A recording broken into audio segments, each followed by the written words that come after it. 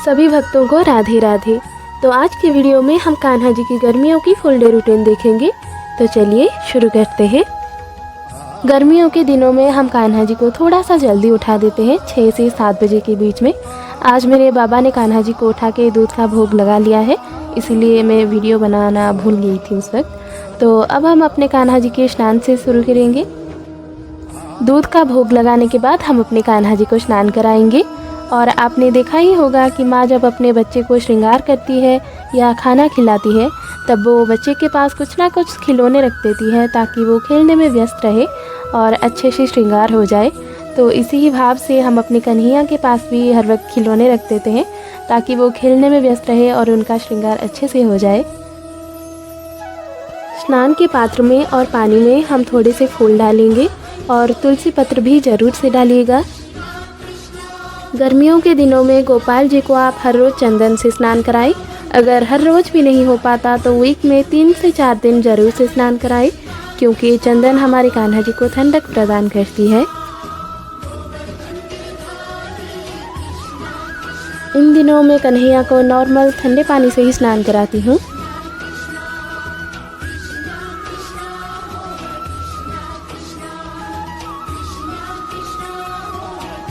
अगर आप चाहते हैं तो कुछ देर कान्हा को पानी में रख के उनके साथ जल क्रीड़ा भी कर सकते हैं, पर अभी उतनी गर्मी हुई नहीं है तो इसलिए मैं स्नान के बाद सीधा टॉवल से अच्छे तरह से पोंछ लूँगी।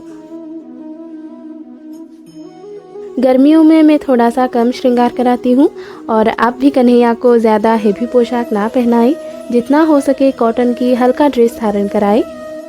और आज थोड़ा सा ज़्यादा ही गर्मी हो रहा है तो इसीलिए मैं मुकुट भी धारण नहीं कराऊंगी। जैसे कि मैंने पहली वीडियो में भी कहा है कि जगन्नाथ जी को आप स्नान ना कराएं, सिर्फ टॉवल से ही पोंछ ले। कई लोग ऐसा सोचते हैं कि गर्मी हो रहा है तो स्नान करा लेते हैं, पर ये गलती आप बिल्कुल भी ना करें। अगर आपके मन में भाव आ रहा है कि उनको गर्मी हो रही होगी तो टॉवल को हल्का गीला करके उनके शरीर में पोंछ दें, पर बिल्कुल भी स्नान ना कराएं। जगन्नाथ जी को भी मैंने हल्का सा ही श्रृंगार किया है, ज़्यादा हेवी श्रृंगार नहीं दिया है। फिर हम चंदन सेवा करेंगे और इत्र सेवा तो गर्मियों में हर रोज़ ज़रूर से दे। इत्र, चंदन और फूल ये सब कन्हैया को ठंडक प्रदान करेगी। अब हम करेंगे दर्पण सेवा। कान्हा भी सोच रहा होगा कि क्यों इतना हल्का श्रृंगार दिया है मेरा, पर क्या करें, गर्मियों का दिन है तो करना पड़ता है।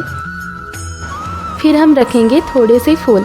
आज मैंने मोगरे के फूल लिया है और इसकी जो सुगंध है इतनी प्यारी है, मैं क्या ही बताऊँ। हमारे कान्हा जी को मोगरा का फूल बहुत ही ज़्यादा पसंद है। सारी श्रृंगार होने के बाद अब हम आरती करेंगे।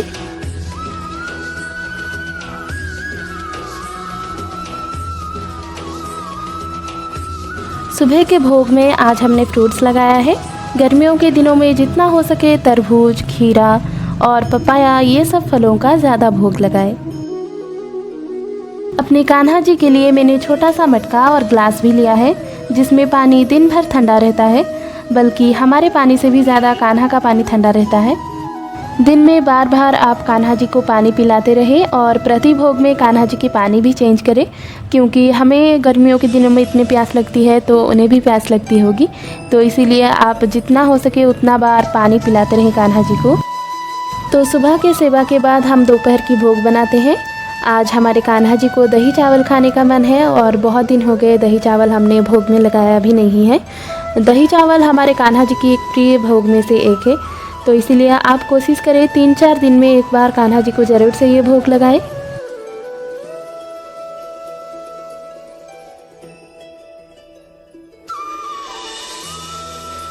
आप जब भी कान्हा जी की सेवा करें तो भगवान या फिर विग्रह समझ के सेवा ना करें। जैसे अपने घर के बच्चे की ध्यान रखते हैं वैसे ही अपने लाला के प्रति भाव लाएं और उसी प्रकार उनकी सेवा करें।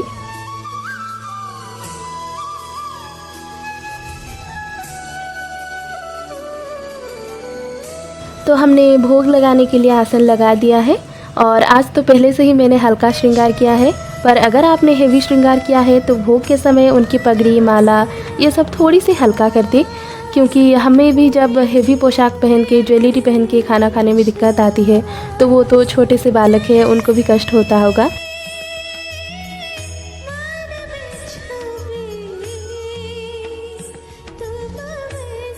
गर्मियों के दिनों में दोपहर के भोग के बाद हम अपने कान्हा जी को थोड़ी देर के लिए जैसे कि 1-2 घंटे के लिए विश्राम करने देते हैं।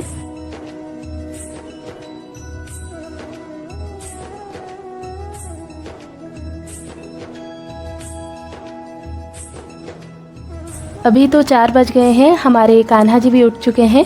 उठाने के बाद हम उनको दूध या फिर ड्राई फ्रूट्स का भोग लगाते हैं, पर आज मैंने मिठाई और फल का भोग लगाया है।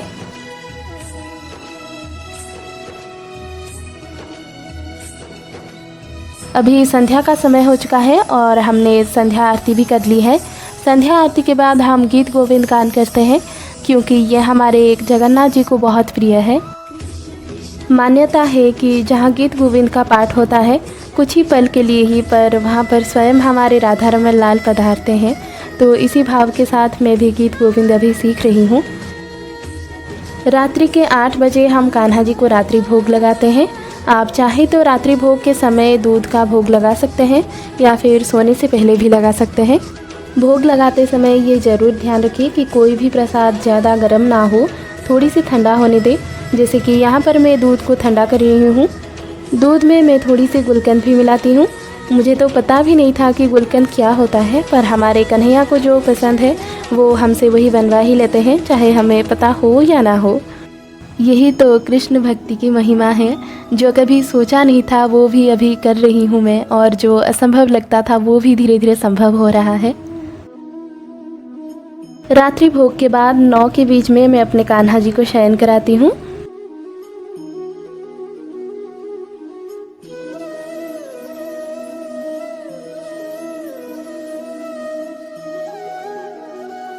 शयन से पहले ज़रूर से कान्हा जी को मालिश करें। अभी मैंने इत्र की सेवा आरंभ नहीं किया है क्योंकि गर्मी इतनी ज़्यादा हुई नहीं है, पर कुछ ही दिनों में मैं इत्र की सेवा भी आरंभ करूंगी और आपके साथ वीडियो ज़रूर से शेयर करूंगी। और जैसे कि आप सभी को पता है, मेरे कान्हा जी को चरण सेवा करवाने में बहुत आनंद मिलता है।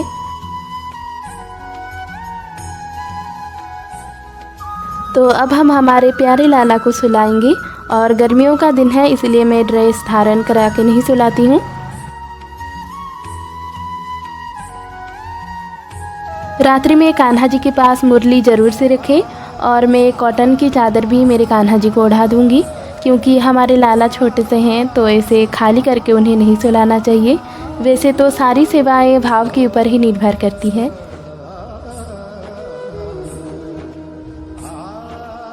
अब हम अपने जगन्नाथ जी को भी मालिश करेंगे।